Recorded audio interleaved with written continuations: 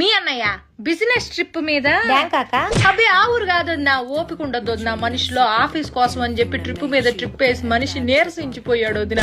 అందుకే ఈ దేశంలోనే అదేదో ఊరమ్మా గోవా వెళ్తున్నాడు ఈ మధ్యన. ఆ ఊరు కంటే ఈ ఊరు ప్రయాణం సులువుట చిటుక్కుమంటూ వెళ్తాడు వదిన. లగేజీ కూడా పెద్దగా ఏం ఉండదు వదిన. రెండు నిక్కర్లు పట్టుకెళ్తాడు. నిక్కర్లు ఏందయ్యా అంటే ఫారినర్లతో మీటింగ్ రాజ్యం మామూలు విషయం కాదు, ఫ్యాషన్ గా ఉండాలంటాడు. ఫ్యాషన్ అని అల్లాడిపోతా ఉంటాడు మనిషి. ఆ ఊరు వెళ్ళేటప్పటికి ఒక్కసారి కూడా ఫోన్ కలవదు వదిన. ఎప్పుడు చూసినా స్విచ్ ఆఫ్ అని వస్తుంది. ఏందండి స్విచ్ ఆఫ్ అంటే? రాజ్యం నేను చాలా లోతెట్టు ప్రాంతాల్లో ఉంటా, నాకు ఫోన్ చేయడానికి ప్రయత్నించబాక, మీకోసమేగా ఇదంతా అంటాడు.